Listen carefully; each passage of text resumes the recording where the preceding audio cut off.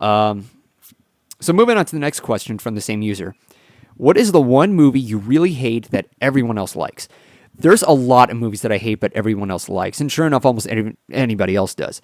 The two movies that appear on my head the most, two titles, are Kung Fu Hustle and There Will Be Blood. Over a year ago, I reviewed There Will Be Blood, and I rose a fucking can of worms. I was expecting that. I was expecting people to hate me because of that. I was really pissed off that day that after watching that movie for 2.5 hours, it was nothing more than a selfish, greedy businessman who starts up his own oil industry, takes over a family's home, and refuses to offer $5,000 to a preach kid for some unknown reason. I guess it's supposed to be about capitalism and religion. I didn't care. I just wanted to see what was going to go on with the main story, and how it turns out the movie ends in brutal violence, and he uses his orphan child as a supposed family business, and when his son was leaving, he completely becomes so cruel to him and tells him, oh, and by the way, you're adopted.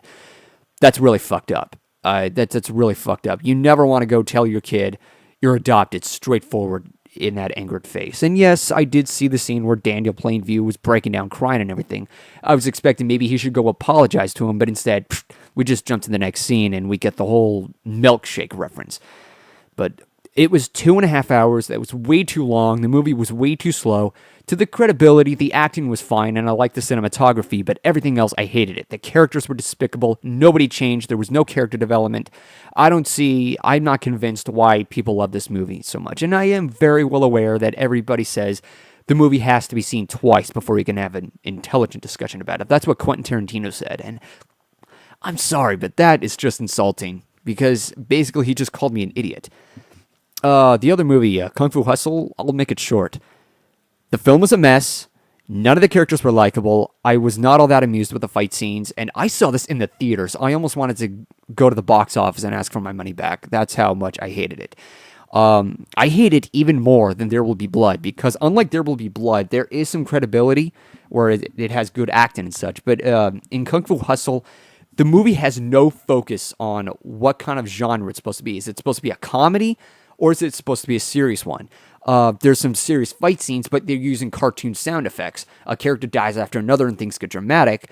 And that's the other thing. The story made absolutely no sense. Near the end of the movie, that douchebag character who just goes bullying people around, trying to be a good, trying to do some bad deeds or trying to be some kind of street thug. He does one good thing, and yet magically he becomes the one. He's able to take on the frog dude, the toad dude, or whatever the fuck that guy was, and he just takes him down like nothing. Like just a few minutes ago, he got beat the shit out of, and now all of a sudden, he can now suddenly take on him. Like the movie didn't explain the prophecy of that very well. And the other thing that bothers me behind that main character, Stephen Chow's character, is that he tries to do bad things because when he was a kid, he tried to do a good deed and nothing worked. So, after all these years because of that, you're doing all these bad deeds, you fail at it because you fail doing the good deed. That doesn't make any sense at all. I'll make it this simple. Everybody falls the first time. You got to still get up and still do it. If you're doing one bad deed and you're constantly doing it, already you do a bad deed right there, and that should get his attention, and yet he still continues. That really bothered me right there. His motivation is weak. It's unexplained. It's just a pathetic mess. The whole movie was a mess, and don't even get me started on the landlady. She was a bitch. She treated everyone at the apartment like a sack of crap. I would just go on all day how much I hated that movie. The action scenes were not all that impressive, and yet so many people love that movie, yet ironically they said it's so much better than Kung Pao Into the Fist, because Kung Pao Into the Fist was stupid and lazy, and it's just a bunch of random stuff, but yet I hate Kung Fu Hustle upon the same reasons. Kung Pao Into the Fist, at least it was honest, and it had some pretty funny lines that I actually admired, and despite how stupid it is, I already knew it was stupid. I already knew the humor that Steve Odekirk had, and sometimes turn your mind off and enjoy something that's incredibly stupid. So those are the movies that I hate, but everybody else loves or likes, or whatever. I hope that answers the question there. Next one. What did you think of the new Spider-Man? I've never seen the new Spider-Man movie, so I can't give my thoughts on that. However, how I feel about it being rebooted, I didn't think it was necessary. I didn't think Spider-Man 3 was that bad of a film. Not even Confused Matthew convinced me. Yes, it had some parts that were heavily flawed, and yes, there were some scenes that made little to no sense. And yeah, the ending was a little anticlimactic as far as I probably hear. So, to me, it just felt like it's open for another sequel. And this was directed by Sam Raimi, the previous movies, and he did a really good job on some horror movies like Evil Dead, Drag Me to Hell, and a couple of other titles out there. I haven't seen all of his movies, but I get the concept, I get the feel. So for this new Spider-Man movie, I think this new Spider-Man movie is trying to be like Batman Begins or The Dark Knight or something by trying to be more serious. And I don't have too much of a problem as long as Marvel knows what it's doing. And since it's got a lot of positive reviews, I'm willing to respect that. Next question from Meat Brawler 2. What do you think about Lauren Faust's other work? For the other works that are from Lauren Faust, besides My Little Pony Friendship is Magic, I've seen a couple of clips of Super Best Friends Forever, and I like it. I really like the idea that they take superhero characters from the DC universe and make some kind of silly, like, girlfriends get together, but an idea to saving crime. It kind of feels like you have that spirit of the Powerpuff Girls, but with the use of DC characters, and to me, it works. There were some scenes that I thought were pretty funny, like, what's her name? Batgirl was trying to get outdoors and try to have. She pushed the button that would have her father get up, brush his teeth, and go back to sleep. I thought that was pretty funny. And she goes jumping around on skyscrapers, and she has a bit of an accident, but still manages to get back up. I really like the concept. I hope it becomes a huge success. I don't know how well it's doing. Lauren Faust has a very creative mind.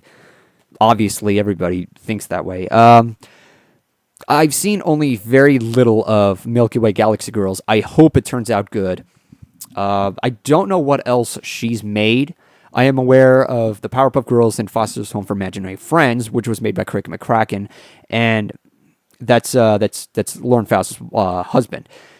Powerpuff Girls, I'll be honest with you, I was not that fond of it when I was a kid. I actually used to hate it because I thought it had some kind of prejudice act towards male characters, because the show is heavily feminine, and any male characters who were on board were stupid. Like the mayor did not know what he was doing to run the city of Townsville. Mojo Jojo, I thought it was just a portrayal of like, ooh, this is just a typical villain. I'm just a monkey and I'm an idiot. The fuzzy dude is more like a typical like Western guy. And there was one character that wasn't female, as far as I remember.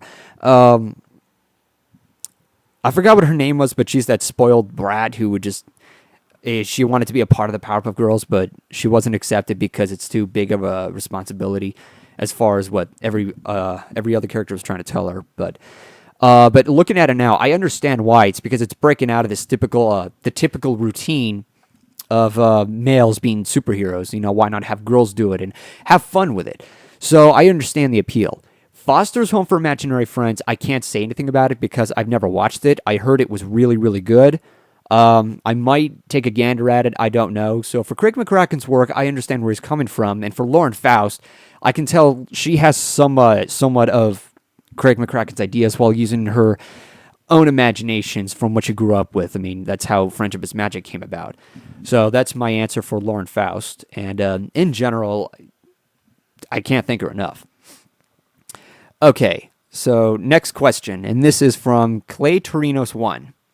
What do you think of Diamond Tiara and Silver Spoon in Friendship is Magic? As far as I heard from everybody else, they actually hate having her as an antagonist or a permanent antagonist. Honestly, I love it. She kind of reminds me of Angelica Pickles, where she really makes you hate her. In some ways, I can understand, because some people are so sick and tired of the typical bully routine, but it isn't so much that she's a bully, she's just a character who likes to cause trouble. And believe it or not, in real schools, there have been some people who like to cause trouble. And I can definitely see where that's coming from. For Diamond Tiara, I think it's a good idea that she does that.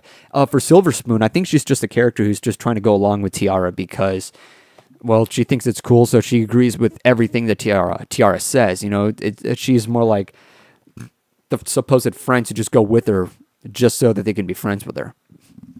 So I hope to see something a little more in depth with those characters, actually. But Until then, that's my thoughts on Diamond Tiara and Silver Spoon. Okay, so from Mr. Cartoon Lover 777 asks, do you like Pixar movies? If so, which is your favorite? Do I like Pixar? Absolutely. I love Pixar's movies.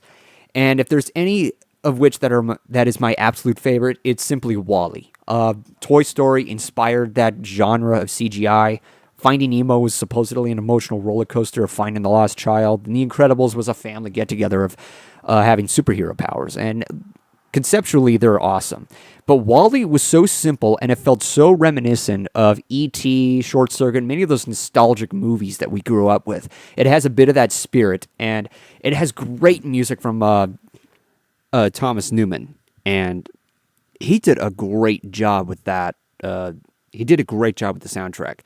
The music is awesome. I love the connections between Wall-E and Eve and how so different their motivations are.